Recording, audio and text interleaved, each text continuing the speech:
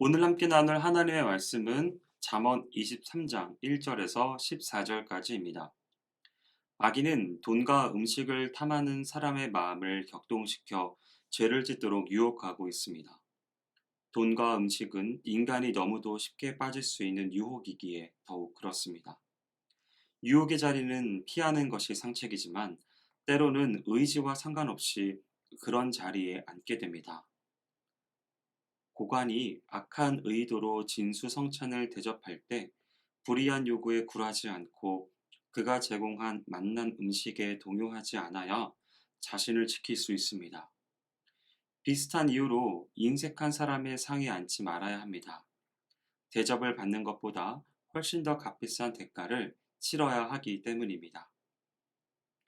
세상에 공짜가 없다는 말이 딱 이래서 그렇습니다. 세상이 주는 달콤한 유혹을 조심하고 경계하는 유일한 길은 하나님의 지혜의 말씀뿐입니다. 하나님은 고아와 과부로 대표되는 사회적 약자의 보호자가 되시고 그들의 억울함을 풀어주시는 재판관이 되시는 분이십니다. 그래서 우리가 하나님께 붙어 있기만 한다면 하나님은 우리의 어려움을 좌시하지 않으십니다. 말씀 가운데 있는 것이 중요한 이유가 바로 여기에 있습니다. 사람이 바른 길을 벗어나는 이유는 주로 돈과 관련이 있습니다. 돈을 탐하는 사람은 고든 뜻을 굽히고 바른 길을 바꾸는 것을 마다하지 않게 됩니다. 그리고 탐욕의 맛을 경험한 후에는 탈선한 길에서 쉽게 돌아오지 못합니다. 안타깝게도 이렇게 쉽게 얻은 재물은 쉽게 사라집니다. 한 번만 눈 감으면 당장 맛난 음식을 먹을 수 있고 많은 재물을 소유할 수도 있지만 그 한 번의 잘못된 선택으로 평범하고 복된 삶을 잃어버리게 됩니다. 따라서 우리는 결코 스스로에 대하여 자신하면 안 됩니다. 나는 잘 컨트롤할 수 있어라고 생각해서는 안 됩니다. 절제하지 못할 것에 빠져들어 스스로를 시험하기보다는 하나님이 말씀하신 것 가운데 있음으로 해서 얻는 유익을 추구하는 것이 훨씬 지혜로운 사람의 모습입니다. 우리가 행하는 악은 자신의 마음의 욕망이 유혹에 반응한 결과입니다. 즉, 우리는 언제든지 악을 행할 준비가 되어 있습니다. 마귀의 장난질에 넘어가게 되면 우리는 순식간에 악을 행하게 되는 것입니다. 우리가 인간의 연약한 육신의 몸을 입고 있는 이상 우리는 날마다 이 유혹에서 벗어나기를 힘써 지켜야 합니다. 따라서 우리는 훈계를 계속 들어야 하는 것입니다.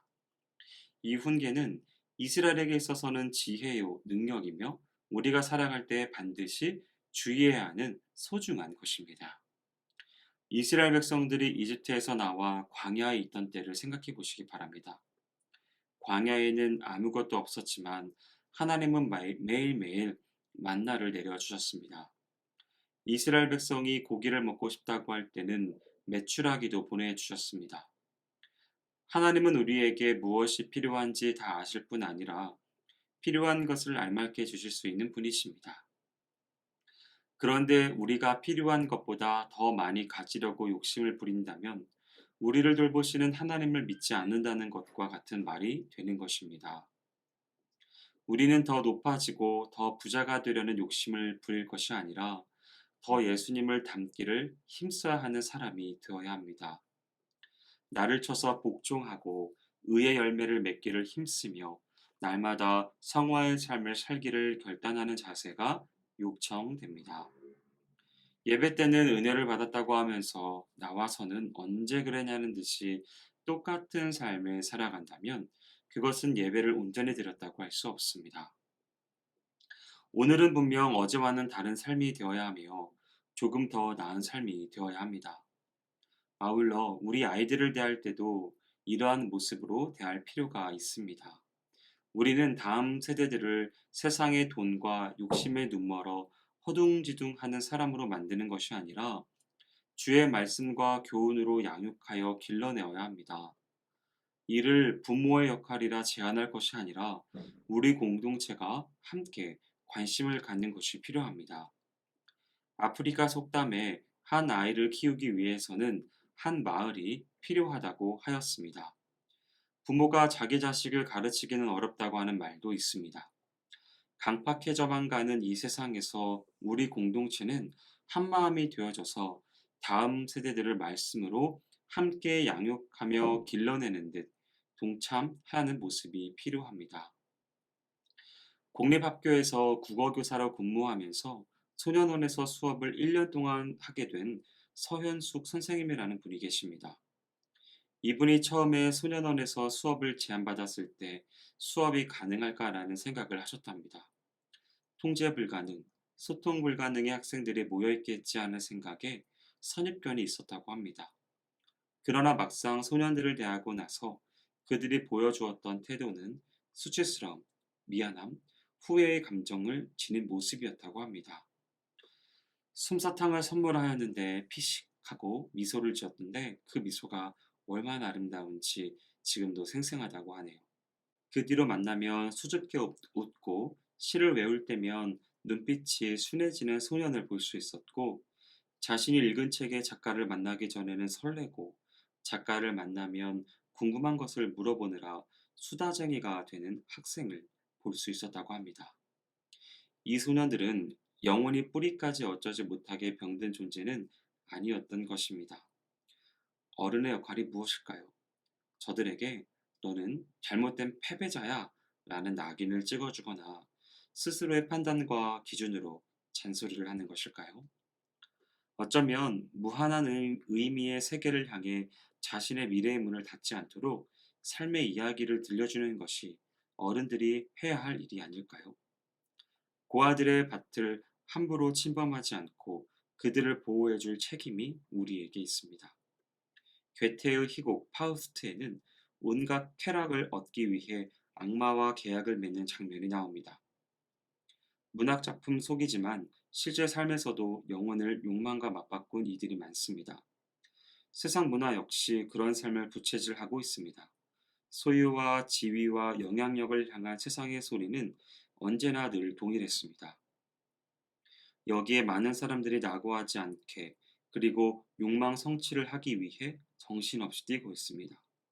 우리 다음 세대들이 이런 것에 노출되어 있습니다. 여기에 우리 어른들이 이들을 바로 교훈하고 훈계할 수 있어야 하겠습니다. 이들이 우리 교회의 미래입니다. 다음 세대들이 점점 적어져 가는 시대를 살고 있습니다.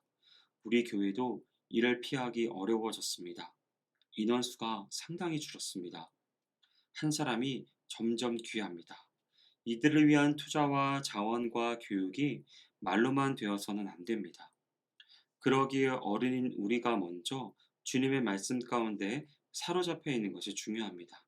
그리고 우리 다음 세대들을 부모에게만 맡기지 말고 우리 공동체가 함께 도와줌으로써 함께 세워나가는 귀한 공동체가 되어야 하겠습니다. 바라기는 오늘 말씀을 나누는 모든 지체들은 세상의 유혹에 휘둘리지 않고 하나님 말씀에 사로잡혀 교회를 든든히 세워나가는 귀한 발걸음이 되시기를 주님의 이름으로 축원합니다. 기도하겠습니다. 사랑과 은혜가 많으신 주님, 우리 가운데 언제나 경고하시고 우리 가운데 바른 길로 인도하시는 하나님으로 인하여 감사드립니다. 우리가 세상의 유혹과 돈의 유혹 가운데 흔들리지 않게 하여 주시고 온전히 하나님이 기뻐하시는 것들 가운데 집중하며 살아갈 수 있도록 역사하여 주옵소서.